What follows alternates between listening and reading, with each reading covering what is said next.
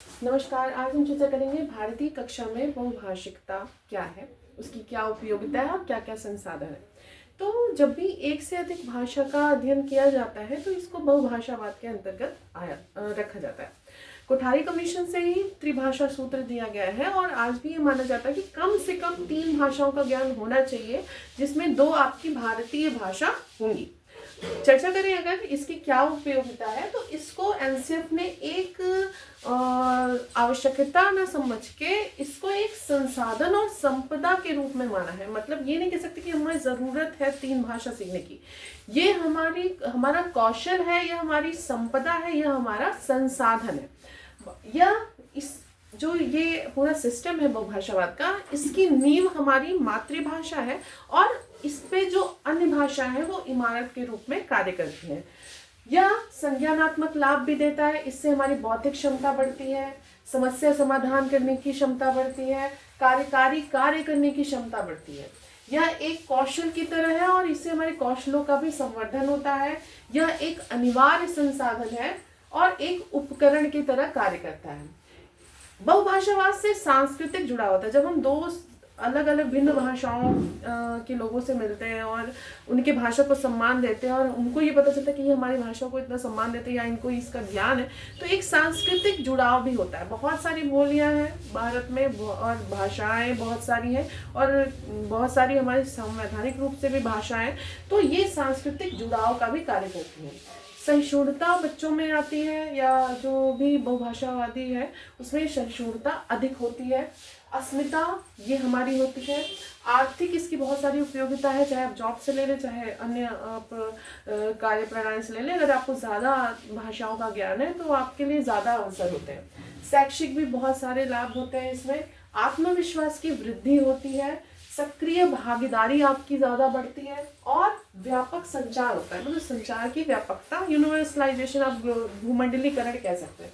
इससे गोपनीयता भी बहुत अच्छा है। तो मुझे याद है मेरे पिताजी को उर्दू आती है, तो वो क्या करते थे कि वो जब अपना कुछ सीक्रेट चीज़ लिखना होता तो वो उर्दू में लिखते थे और हम लोग नहीं जानते थे तो नहीं जान पाते थे। तो ये बहुत अच्छा टेक्निक है अगर आपको कुछ सीक्रेट रखना है तो। रचनात्मकता और सृजनात्मकता इससे बढ़ती है। अन्य भाषाओं को सीखने में सहायक होता है, सेतु या ब्रिज की तरह कार्य करता है। लोकतांत्रिक मूल्य में संवर्धन होता है, जुड़ाव अधिक बढ़ता है और सम्मान की भावना और अधिक बढ़ती है। स्वतंत्र शिक्षार्थी की तरह छात्र कार्य करता है, वो उसकी डिपेंडेंसी कम होती है लोगों पे। वो अन्य भाषाओं का जब ज्ञानी हो जाता है तो वो उसके सोर्सेज ऑफ नॉलेज जो होता है वो ज़्यादा बढ़ जाते हैं। तो यहाँ पे विविधता भी बहुत ज़्यादा बढ़ जाती है। तो कम से कम त्रिभाषा आनी चाहिए जिसमें 2 भाषा है। ये हमारे जो जितने भी एजुकेशनल रिफॉर्म्स हैं सब में ये कहा गया है। क्रॉस लिंग्विस्टिक समझ बढ़ती है जब हम बहुभाषावादी होते हैं। तार्किक सोच में भी वृद्धि होती है।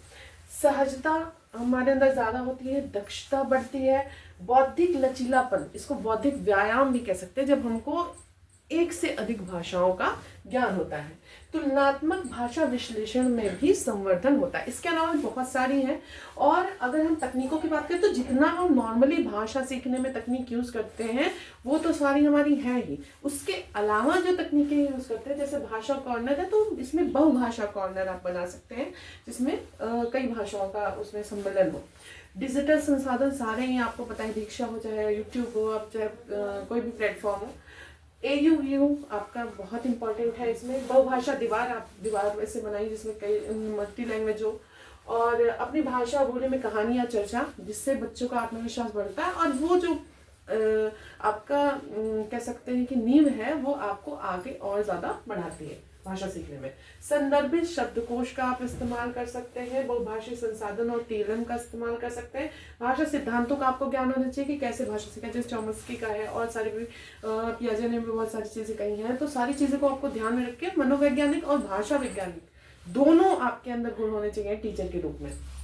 अनुवाद खेल आप पता ही है, अनुवाद का गुल्लक ये भी आपको गतिविधि पता है। लेबलिंग, किसी चीज़ पे लेबल, जैसे टेबल पे टेबल इंग्लिश में लिखे तो वो बच्चा वो टेबल को टेबल। और एक आप कहते हैं संकरण, भाषा संकरण बहुत इंपॉर्टेंट है। जैसे आप हिंदी में ही बीच बीच में इंग्लिश के वर्ड यूज़ कर रहे हैं या संस्कृत के वर्ड यूज़ कर रहे हैं तो बच्चा उस चीज़ को सीख लेता है। इसके बहुत सारे मेथड है। डायरेक्ट मेथड से भी आप सिखाते हैं कि सीधे आप उसको बार बार बोलिए वाटर वाटर वाटर, तो वो जब देखेगा पानी को वाटर बोल रहे तो वो भी वाटर सीखेगा। इनडायरेक्ट मेथड है, और भाषा के बहुत सारे मेथड हैं, वो सारी चीज़ें आप यूज़ कर सकते हैं। हमारी भाषा हमारा गौरव, ये आप बहुत ही अच्छा टूल है, और ये है भी। तो इससे क्या होता है, बच्चों को अपनी भाषा के प्रति लगाव और साथ ही दूसरे की भाषा के प्रति भी सम्मान उत्पन्न होता है। ध्वनि अभ्यास इसका बहुत अच्छा टूल है, वर्कशीट और चित्र भागीदारी व अन्य बहुत सारे संसाधन हैं। तो ये बहुभाषिकता का बेस है, और इसमें बहुत सारे सिद्धांत हैं और बहुत सारे इसमें आप कह सकते हैं कि इसको बोझ की तरह नहीं लेके इसको एक संसाधन और संपदा, मतलब हमारे ये